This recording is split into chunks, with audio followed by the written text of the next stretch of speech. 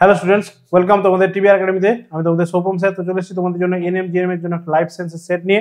তো অলরেডি কিন্তু আমরা অনেকগুলো সেট করে ফেলেছি। আজকে কিন্তু তোমাদের সেট নাম্বার 38 নিয়ে আজকে ডিসকাস করব। তো এই যে কোশ্চেনগুলো তোমাদের হচ্ছে, এগুলো কিন্তু তোমাদের জন্য খুবই ইম্পর্টেন্ট কোশ্চেন, সাজেস্টিভ কোশ্চেনগুলো নিয়ে কিন্তু সেটগুলো করছে তোমাদের। এবং তার সঙ্গে সঙ্গে মনে রাখতে হবে এই সেটগুলোর মধ্যে থেকে কিন্তু তোমাদের এক্সামে কিন্তু কমন কোয়েশ্চেন আসবে। তো সেই জন্য ভালো করে তোমরা কিন্তু সেটগুলো প্র্যাকটিস করতে থাকো, ভালো করে কিন্তু বারবার রিভাইজ করতে থাকো। এবং অবশ্যই করে যারা যারা ক্লাসগুলো করছো, তোমাদের যদি কোনো রকম কোনো অসুবিধা হয় বা কোনো রকম কোনো কোয়ারি থাকে, অবশ্যই করে আমাদেরকে জানাবে।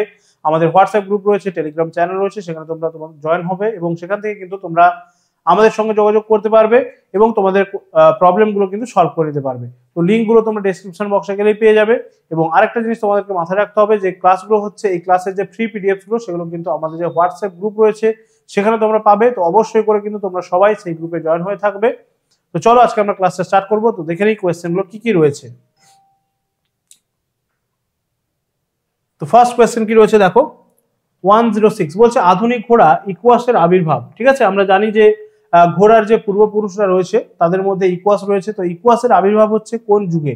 দেখো বলছে ইওসিন, মায়োসিন, প্লিস্টোসিন নাকি প্লিওসিন। তাহলে রাইট অ্যান্সার কি হবে? ইকুয়াসের আবির্ভাব হয়েছে আমরা বলবো যে প্লিস্টোসিন যুগে। অপশন সি হয়ে যাচ্ছে এখানে আমাদের রাইট অ্যান্সার। ঠিক আছে, অপশন সি হয়ে যাচ্ছে এখানে আমাদের রাইট অ্যান্সার। তাহলে প্লিস্টোসিন যুগে, এই প্লিস্টোসিন যুগেই কিন্তু ইকুয়াসের আবির্ভাব ঘটেছে। ঠিক আছে, ঘোড়ার যে পূর্বপুরুষ তাদের নামগুলো যদি মনে রাখতে পারো অবশ্যই করে ভালো, এবং তার সঙ্গে সঙ্গে তারা কোন যুগে তাদের আবির্ভাব ঘটেছে সেগুলো কিন্তু ভালো করে আমাদেরকে একটু খেয়াল রাখতে হবে। চলো নেক্সট কোয়েশ্চেন আমরা চলে যাবো। নেক্সট কোয়েশ্চেন কি রয়েছে আমাদের কাছে, 107 বলছে ক্যাকটাসের যে পাতা সেটা কাঁটায় রূপান্তরিত হওয়ার কারণ কি? ঠিক আছে, ক্যাকটাসের পাতা কাঁটায় রূপান্তরিত হওয়ার কারণ কি? অপশন এ বলছে সালোক সংশ্লেষের জন্য, অপশন বি বলছে বাষ্পমোচন বৃদ্ধির জন্য, অপশন সি বলছে বাষ্পমোচন রোধের জন্য, শ্বাসকার্য বৃদ্ধির জন্য। তাহলে আমরা যদি দেখি যে ক্যাকটাস জাতীয় যে উদ্ভিদগুলো, এগুলো কোথায় জন্মাচ্ছে? এগুলো কিন্তু মরুভূমিতে বা শুষ্ক অঞ্চলে জন্মাচ্ছে। সেক্ষেত্রে সেখানে আমরা দেখবো সেখানে কিন্তু প্রচুর পরিমাণে জলের অভাব রয়েছে। সেই জলের অভাব যেহেতু রয়েছে, তাহলে উদ্ভিদ যেই জলটা তুলে আনছে মাটির নিচ থেকে, তাহলে সেটা যাতে খরচ বেশি না হয়ে যায়, তাহলে সেই জন্যই কিন্তু কি হচ্ছে না, পাতাটা কাঁটায় রূপান্তরিত হয়ে যাচ্ছে। তাহলে এখানে আমাদের কারণটা কি হবে? বাষ্পমোচন রোধের জন্য, যাতে বেশি বাষ্পমোচন না হয়ে যায় বা যাতে বাষ্পমোচন বেশি হয়ে যাওয়ার ফলে প্রচুর পরিমাণে জল উদ্ভিদের শরীর থেকে বেরিয়ে না যায়, তাহলে সেক্ষেত্রে সেই জন্যই কিন্তু বাষ্পমোচন রোধ করার জন্য পাতাটা কিন্তু কাঁটায় রূপান্তরিত হয়েছে। ঠিক আছে, তাহলে বাষ্পমোচন রোধের জন্য হবে। এছাড়াও আমরা দেখবো যে ক্যাকটাসের যে পাতা রয়েছে, ঠিক আছে, সেই পাতার মধ্যে কিন্তু একটা কিউটিকলের আবরণ দেওয়া থাকে, তার মানে একটা মোমের আবরণ দেওয়া থাকে, যেটা কিন্তু তাদেরকে কি করতে পারে, যেটা কিন্তু তাদেরকে এই বাষ্পমোচনের হাত থেকে রক্ষা করতে পারে।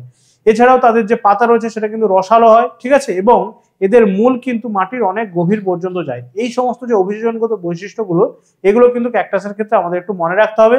এগুলোর প্রত্যেকটা থেকে কিন্তু বিভিন্ন রকমের কোয়েশ্চেন আসতে পারে। চলো নেক্সট কোয়েশ্চেন আমরা চলে আসছি। নেক্সট কোয়েশ্চেন কি রয়েছে, কোয়েশ্চেন নাম্বার 108 বলছে জলে মাছকে চাপ তাপ বুঝতে সাহায্য করে। ঠিক আছে, জলের মধ্যে মাছকে চাপ এবং তাপ বুঝতে সাহায্য করে কোন অঙ্গটি? তাহলে মাছ যখন জলের মধ্যে থাকছে, তাহলে মাছ জলের বিভিন্ন রকম টেম্পারেচার রয়েছে, তাহলে কোন টেম্পারেচার রয়েছে বা কি ধরনের টেম্পারেচার জলের রয়েছে, বা সেখানে আমরা বলবো যে জলের চাপ, এগুলো বুঝতে কি সাহায্য করছে? অপশন দেখো দেওয়া রয়েছে পটকা, পাখনা, স্পর্শেন্দ্র রেখা নাকি ফুলকা। তাহলে রাইট অ্যান্সার কি হবে? আমাদের যেমন সেন্স অর্গান গুলো রয়েছে, আমাদের বিভিন্ন রকম সেন্স করতে, কোনো অর্গান আমাদেরকে কি করছে, টেস্ট সেন্স করতে সাহায্য করছে, কোনো অর্গান আমাদেরকে দেখতে সাহায্য করছে, কোনো অর্গান আমাদেরকে কি করছে, স্মেল সেন্স করতে সাহায্য করছে। তেমনই কিন্তু মাছের শরীরে রয়েছে দেখো স্পর্শেন্দ্রীয় রেখা। ঠিক আছে, মাছের শরীরে রয়েছে স্পর্শেন্দ্রীয় রেখা। এই স্পর্শেন্দ্রীয় রেখা কিন্তু জলের মধ্যে মাছকে চাপ এবং তাপ বুঝতে কিন্তু সাহায্য করছে। এছাড়া দেখো পটকা কি করছে, পটকা হচ্ছে জলের মধ্যে মাছকে ভেসে থাকতে বা ডুবে যেতে সাহায্য করছে। ঠিক আছে, এবার রয়েছে আমাদের পাখনা। পাখনা কি কাজে সাহায্য করছে? পাখনা হচ্ছে মাছকে সাঁতার কাটতে সাহায্য করছে এবং দিক পরিবর্তন করতে সাহায্য করছে। ফুলকা হচ্ছে মাছের শ্বাসকার্যে সাহায্য করছে। তাহলে প্রত্যেকটা অঙ্গেরই কিন্তু বিভিন্ন রকম কাজ রয়েছে। চাপ এবং তাপ বুঝতে সাহায্য করছে কিন্তু আমাদের স্পর্শেন্দ্রীয় রেখা। চলো নেক্সট কোয়েশ্চেনে চলে আসবো আমরা। 109 কি বলছে, পায়রার পুচ্ছ পালকের মোট সংখ্যা। তাহলে পায়রার পুচ্ছ পালকে মোট কতগুলো পালক থাকছে? আমরা জানি যে পায়রার শরীরে যে পালকগুলো রয়েছে সেগুলোকে রেক্টুসেস এবং রেমিডিয়াস দুটো ভাগে ভাগ করা হচ্ছে। ঠিক আছে, এখানে দেখো অপশন রয়েছে কি 10টি, 12টি, 8টি নাকি 18টি। তাহলে রাইট অ্যান্সার কি হবে? পুচ্ছ পালক বলেছে। ঠিক আছে, তাহলে পুচ্ছ পালকের সংখ্যা হয়ে যাচ্ছে 12টি। ঠিক আছে, পুচ্ছ পালকের সংখ্যা হয়ে যাচ্ছে 12টি। অপশন বি হয়ে যাচ্ছে এখানে আমাদের রাইট অ্যান্সার। এছাড়া আমাদেরকে মনে রাখতে হবে কি, যে পায়রার দেহে 9টি কি থাকছে, 9টি বায়ুথলি। ঠিক আছে, বায়ুথলি থাকছে পায়রার দেহে, যেগুলো কি করছে বিভিন্নভাবে পায়রাকে কিন্তু উড়তে সাহায্য করছে এবং পায়রাকে কিন্তু অনেকক্ষণ ধরে আকাশের মধ্যে তার শ্বাস প্রশ্বাস চালাতে সাহায্য করছে এবং শ্বাস ধরে রাখতে সাহায্য করছে এই 9টি বায়ুথলি। ঠিক আছে, চলো নেক্সট কোয়েশ্চেন আমরা চলে আসছি। নেক্সট কোয়েশ্চেন কি রয়েছে 110, একটি ভাইরাস ঘটিত রোগ। একটি ভাইরাস ঘটিত রোগ কি হবে? অপশনগুলো দেখে নেবো আমরা। অপশন এতে বলছে টাইফয়েড, অপশন বি বলছে ম্যালেরিয়া, অপশন সি বলছে কলেরা, অপশন ডি বলছে কোভিড। তাহলে ভাইরাস ঘটিত রোগ বলেছে, তাহলে এগুলোর মধ্যে যে রোগগুলো রয়েছে এদের মধ্যে কোনটার প্যাথোজেন হচ্ছে ভাইরাস? তাহলে রাইট অ্যান্সার কি হয়ে যাচ্ছে? রাইট অ্যান্সার হয়ে যাচ্ছে আমাদের কোভিড। ঠিক আছে, আমরা জানি যেটাকে আমরা কি বলেছিলাম, কোভিড এর জন্য যে তার যে পজিটিভ যে প্যাথোজেনটা তাকে আমরা কি বলছিলাম? Corona virus. ঠিক আছে,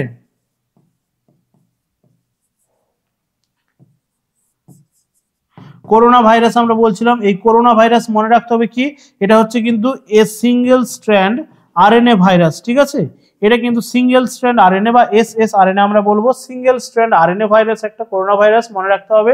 ঠিক আছে, এই করোনা নামটা এসেছিল কিসের জন্য?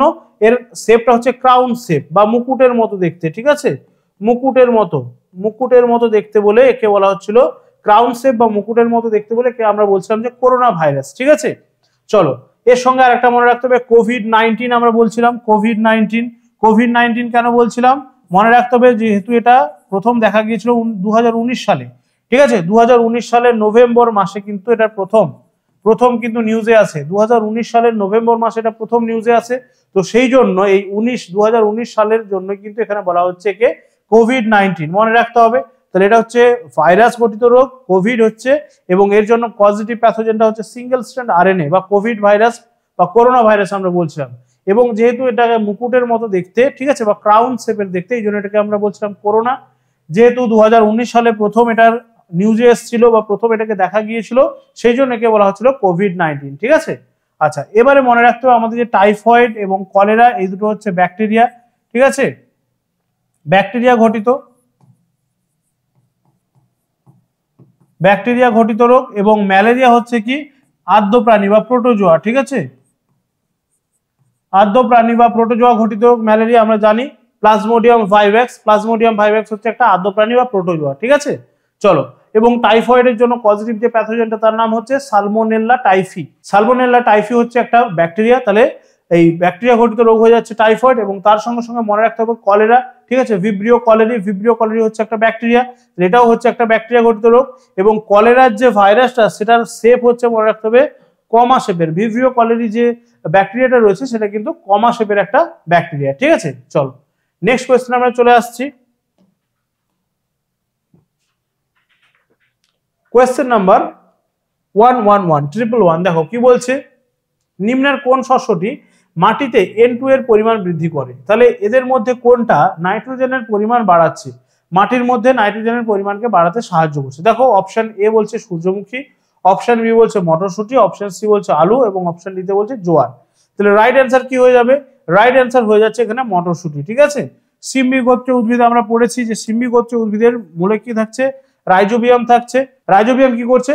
বাতাস থেকে নাইট্রোজেন সংগ্রহ করে কিন্তু মাটির মধ্যে মিশিয়ে দিচ্ছে। ঠিক আছে, তাহলে যে সমস্ত সিম্বি গোত্র উদ্ভিদগুলো রয়েছে তার মধ্যে মটরশুঁটি পড়ছে।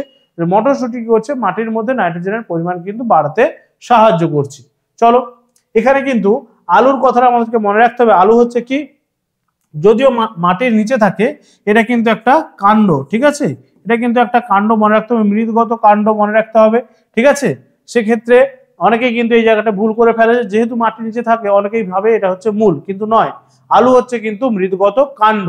ঠিক আছে, এবং সূর্যমুখীর ক্ষেত্রে মনে রাখতে হবে সূর্যমুখীর যে চলনটা রয়েছে, ঠিক আছে, ফটোন্যাস্টিক রয়েছে চলন। ঠিক আছে, আলোর প্রভাবে যখন চলন ঘটছে সূর্যমুখী, এবং সূর্যমুখী থেকে কিন্তু তৈলবীজ কিন্তু পাওয়া যাচ্ছে। ঠিক আছে, সানফ্লাওয়ার অয়েল আমরা সকলেই প্রায় ব্যবহার করে থাকি। চলো নেক্সট কোয়েশ্চনে চলে আসছি আমরা। 112 কি বলছে দেখো, বলছে ভিটামিন বি তৈরি হয় যে ছত্রাক থেকে ভিটামিন বি তৈরি হয়। ঠিক আছে, তাহলে দেখো অপশন দিয়েছে ইস্ট, পেনিসিলিয়াম, পাক্সিনিয়া, আর অপশন ডিতে বলছে কোনোটাই নয়। তাহলে রাইট অ্যান্সার মনে রাখতে হবে ইস্ট থেকে কিন্তু ভিটামিন বি তৈরি হচ্ছে, ইস্ট। ঠিক আছে, এই ইস্ট কিন্তু অর্থকরী অনেক গুরুত্ব রয়েছে। ইস্টকে আমরা জানি যে বেকারি শিল্পে ইস্টকে ব্যবহার করা হচ্ছে। ঠিক আছে, পাউরুটি যে ফ্লাফি হচ্ছে বা পাউরুটি যে নরম হচ্ছে তার জন্য কিন্তু ইস্ট বা কেকের মধ্যে কিন্তু ইস্ট দেওয়া হচ্ছে যাতে কিনা কেকটা নরম হয়, ঠিক আছে। ইস্টের যে আমরা বলবো যে সায়েন্টিফিক নেম সেটা কিন্তু মনে রাখতে হবে। ইস্টের সায়েন্টিফিক নেমটা কি রয়েছে? স্যাকারোমাইসিস সেরিফেসি, ঠিক আছে। স্যাকারোমাইসিস সেরিফেসি মনে রাখতে হবে, ইস্টের সায়েন্টিফিক নেম রয়েছে, ঠিক আছে। আচ্ছা, পেনিসিলিয়াম নোটেটাম, পেনিসিলিন কিসের জন্য বিখ্যাত? অ্যান্টিবায়োটিক আবিষ্কার করা হয়েছিল প্রথম আলেকজান্ডার ফ্লেমিং, প্রথম কিন্তু পেনিসিলিয়াম থেকে পেনিসিলিয়াম নোটেটাম নামক একটা অ্যান্টিবায়োটিক আবিষ্কার করেছিলেন, ঠিক আছে। চলো এই জিনিসগুলো একটু ভালো করে মনে রাখতে হবে। নেক্সট কোয়েশ্চেন আমরা চলে আসবো। 113 কি বলছে দেখো, বলছে novel corona virus. Novel corona virus এখনই আমরা বললাম, তাহলে কি বলেছে দেখো অপশনগুলো, বলছে ডিএনএ যুক্ত ভাইরাস, আরএনএ যুক্ত ভাইরাস, ডিএনএ এবং আরএনএ যুক্ত ভাইরাস, নাকি কোনোটাই নয়। তাহলে রাইট অ্যান্সার কি হবে? Novel corona virus. আমি তোমাদেরকে এখনই বললাম এটা একটা আরএনএ যুক্ত ভাইরাস, ঠিক আছে।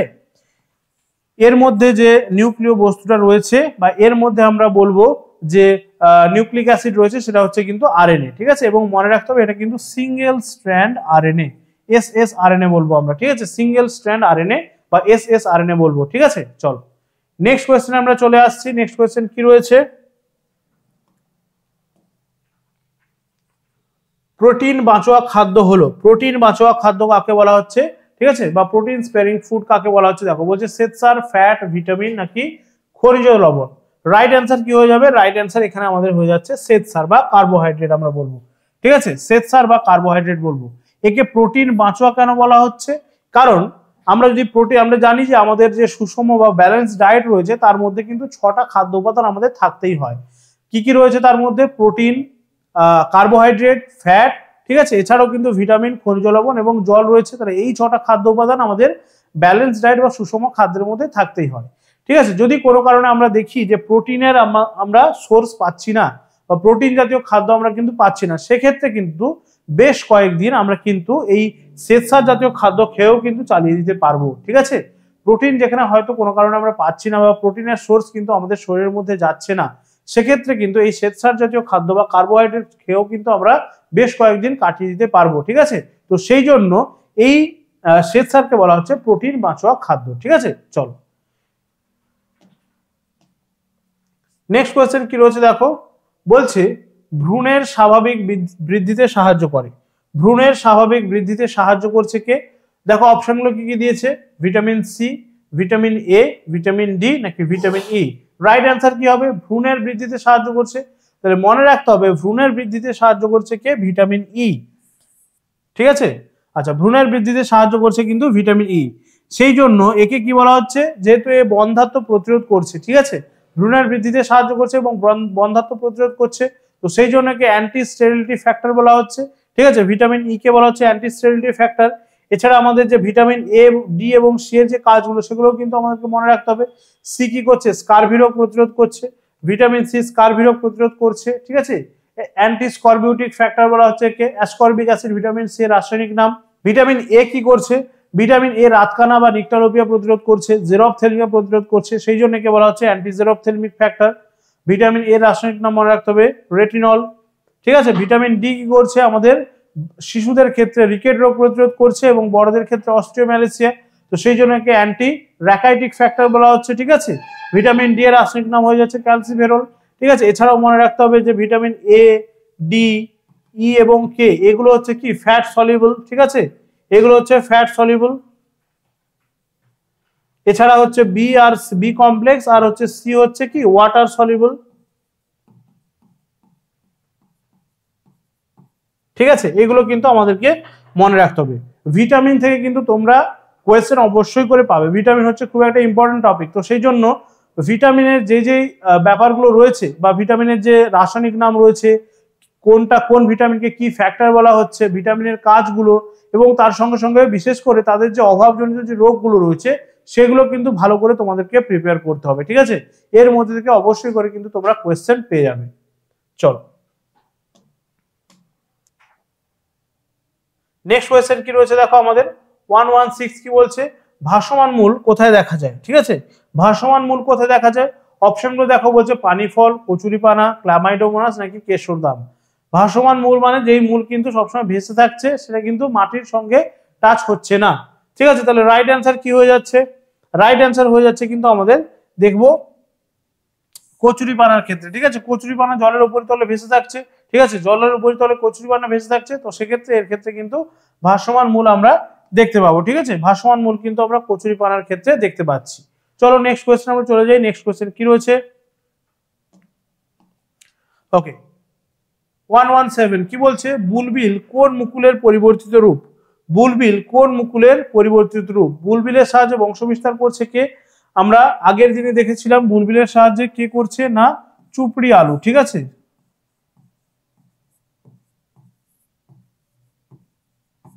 চুপড়ি আলু হচ্ছে বুলবিলের সাহায্যে বংশবিস্তার করছে। তাহলে বুলবিল হচ্ছে কোন মুকুলের পরিবর্তিত রূপ?